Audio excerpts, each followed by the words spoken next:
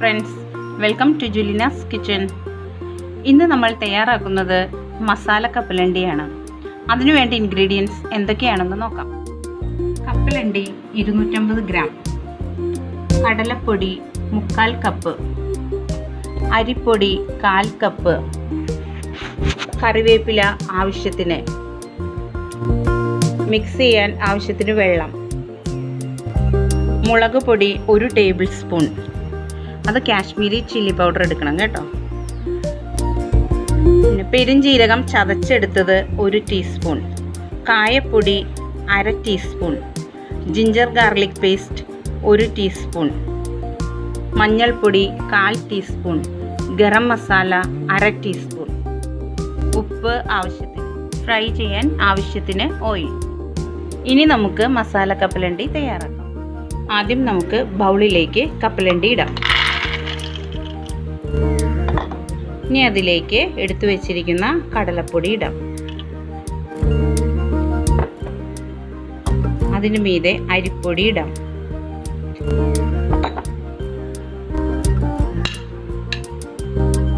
മുളക് പൊടി,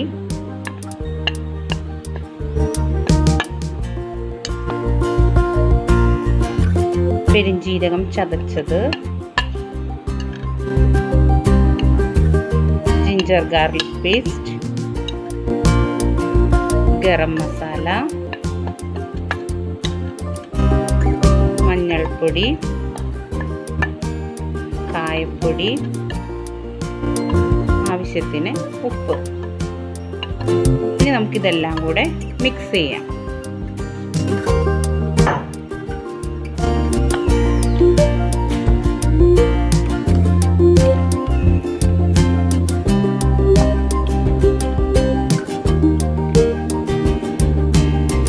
നമുക്കിത് കൈകൊണ്ട് ഒന്ന് നന്നായി കുഴയ്ക്കാം.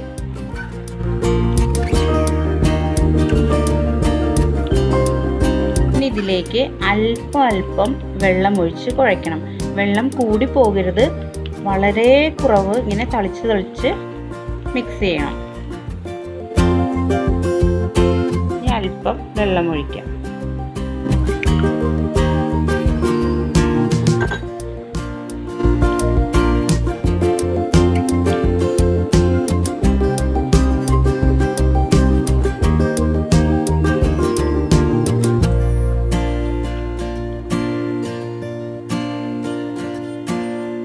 അല്പം കൂടെ ഇതിലേക്ക് വെള്ളം ഒഴിക്കാം.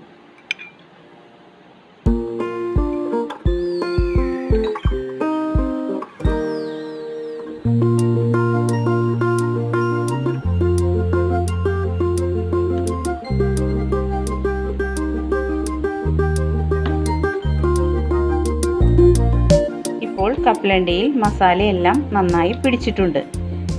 ഇനി നമുക്ക് ഒരു 10 മിനിറ്റ് വേണമെങ്കിൽ ഇത് മാറ്റി വയ്ക്കാം. ഇത് ഇങ്ങനെ പുരട്ടിയ ഉടനെ തന്നെ വറുത്താലും കുഴപ്പമൊന്നുമില്ല. എന്നാലും ഒരു 10 മിനിറ്റ് റെസ്റ്റ് ചെയ്യാൻ വെച്ചാൽ ഒന്നും കൂടെ മസാലയൊക്കെ ശരിക്കും പിടിച്ച് ഫ്രൈ ചെയ്യുമ്പോൾ നല്ല ടേസ്റ്റ് ഉണ്ടാവും.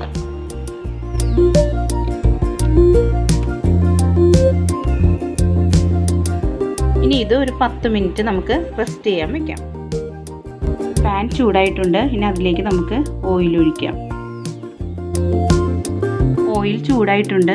ഇനി നമുക്ക് ഈ കപ്പലണ്ടി ഇത് അങ്ങനെ തന്നെ ഇടാൻ പാടില്ല, അപ്പോൾ കട്ട പിടിക്കും.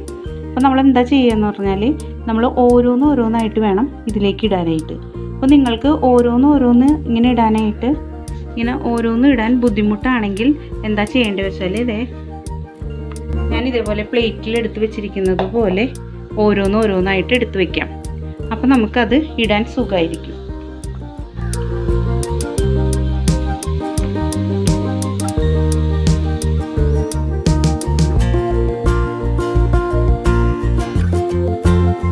മീഡിയം ഫ്ലെയിമിൽ വെച്ചിട്ട് വേണം ഇത് ഫ്രൈ ചെയ്തെടുക്കാൻ. എന്നാലേ കപ്പലണ്ടിയുടെ ഉൾഭാഗം എല്ലാം നന്നായി മൊരിഞ്ഞു കിട്ടുള്ളൂ.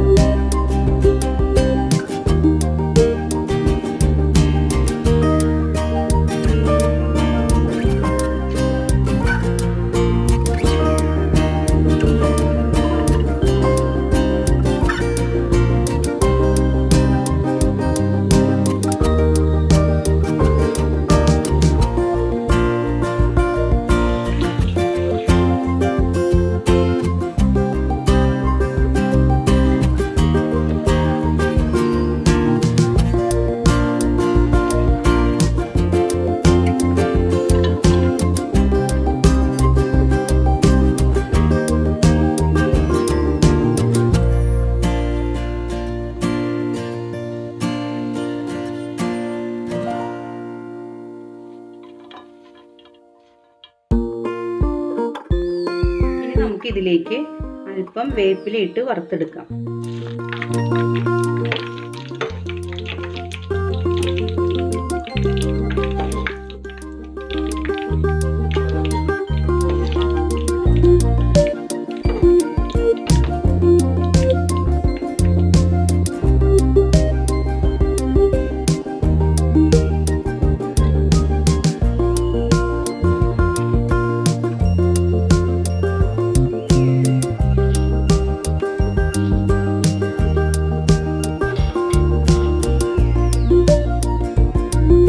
റെസിപ്പി നിങ്ങൾക്ക് എല്ലാവർക്കും ഇഷ്ടമായി എന്ന് കരുതുന്നു.